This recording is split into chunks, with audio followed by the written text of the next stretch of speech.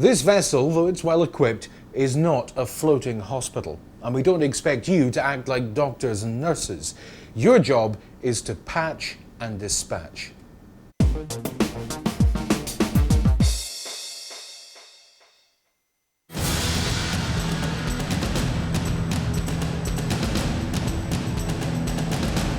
Crews can only be expected to provide the best medical aid that conditions, training and equipment can facilitate, then transfer the survivors to another place of safety or more professional help. What you can achieve will be dependent upon what resources are available within the appropriate time frame and the casualty's injuries and condition. A helicopter is probably the best method of transferring casualties quickly. The major advantage is the speed of the helicopter. Disadvantages are limited capacity and the difficulties and dangers of lifting casualties from your vessel. Deciding which casualties have the highest priority for evacuation is part of the ongoing triage process. A casualty's condition can change throughout their stay on board, and there are many injuries and conditions that require more advanced treatment to those available on the vessel. Use the triage system and evidence gathered from monitoring each casualty's condition to help in making your decision. Helicopter evacuations have to be well organised before, during and after the event. The helicopter may have only a very short time on location, so good preparation and good practice are vital.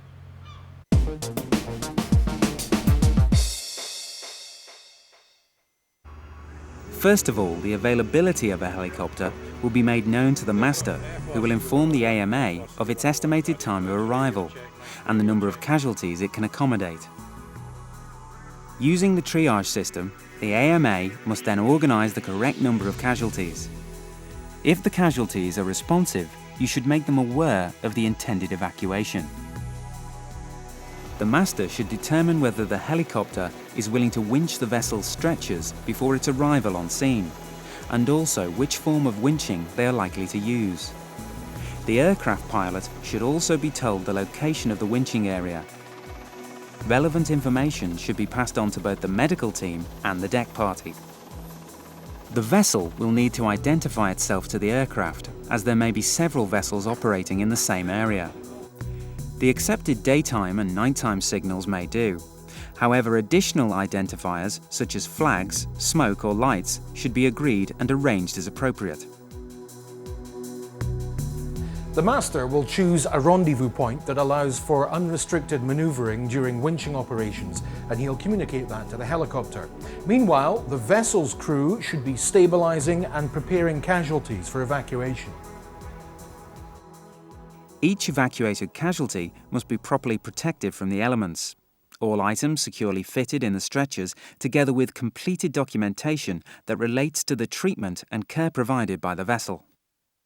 Whilst waiting for the arrival of the helicopter, there are a number of essential preparations that can be undertaken by the crew. Such preparations could include all loose gear secured on deck, deck lights aimed at the winch area, and any cargo secured or moved. Emergency equipment should be prepared and available but kept clear of the winching area. This might include portable fire extinguishers, cutting tools, a signalling torch, and a container for high-line stowage. The master will now have taken the vessel to the previously arranged rendezvous point to await the arrival of the aircraft. The master will warn all other units in the area to stay clear of the vessel and confirm the helicopter's latest ETA to the deck party. When the helicopter arrival is imminent, the deck party's final preparations can be made. This will include checking and reassuring the casualty, checking the security of any equipment and documentation. Confirmation of readiness should be communicated to the master.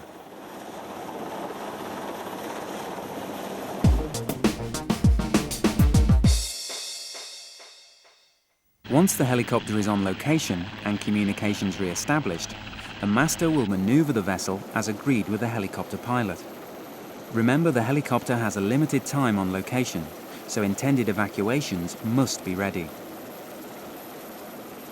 Throughout the transfer, remember the safety points when working with helicopters. Hazard to crew, entering clear zone on helicopter approach, danger of electric shock from buildup of static electricity, danger from downdraft or loose objects,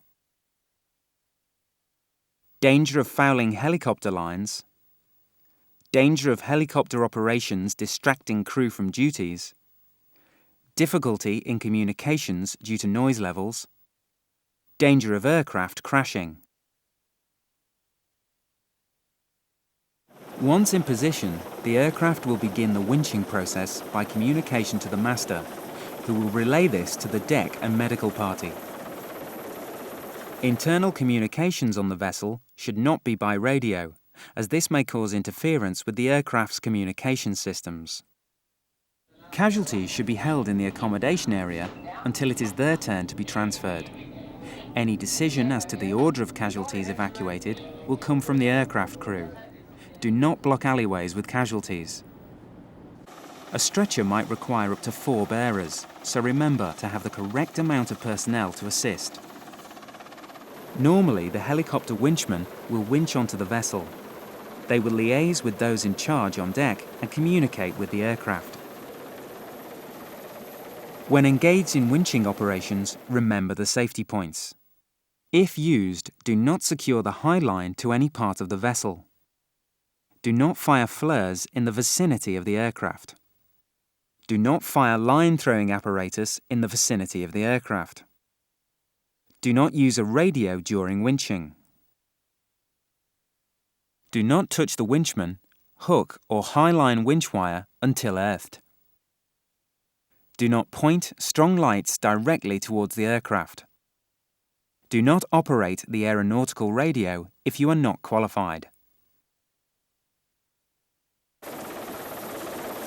On the orders of the winchman, the casualty should be taken to the designated winching area. Once the casualty has been secured by the winchman, all other personnel should evacuate the area. The evacuation of casualties can take place at any time during an emergency. That means the aircraft may visit the vessel on a number of occasions before operations have been completed.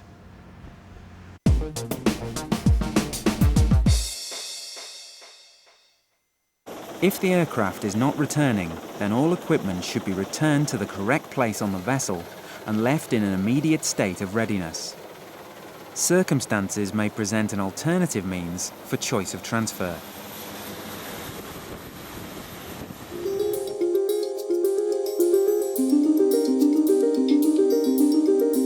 Those selected for transfer by rescue craft are equally entitled to personal protective equipment and the provision of a properly fitted life jacket for all survivors, even those in stretchers.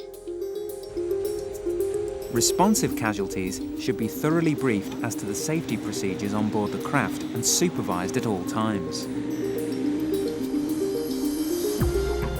In FRCs, survivors should not be strapped into stretchers because of the risk of capsize. Self-righting daughter craft, however, can accommodate casualties strapped securely into stretchers. Transfer of casualties to an installation by personnel basket would not normally be considered due to the inherent dangers and height of many installations. It can, however, move a lot of fit survivors very quickly and may be a good option in the right weather conditions. Some installations may use other transfer methods. Refer to the relevant procedures and the manufacturer's guidance if such a facility exists at your location. Taking the vessel into a port and offloading casualties directly to waiting ambulances is potentially another method. Whilst underway, you still have the option of transferring casualties by helicopter should their condition require it. Once in port, casualties can be moved quickly and safely.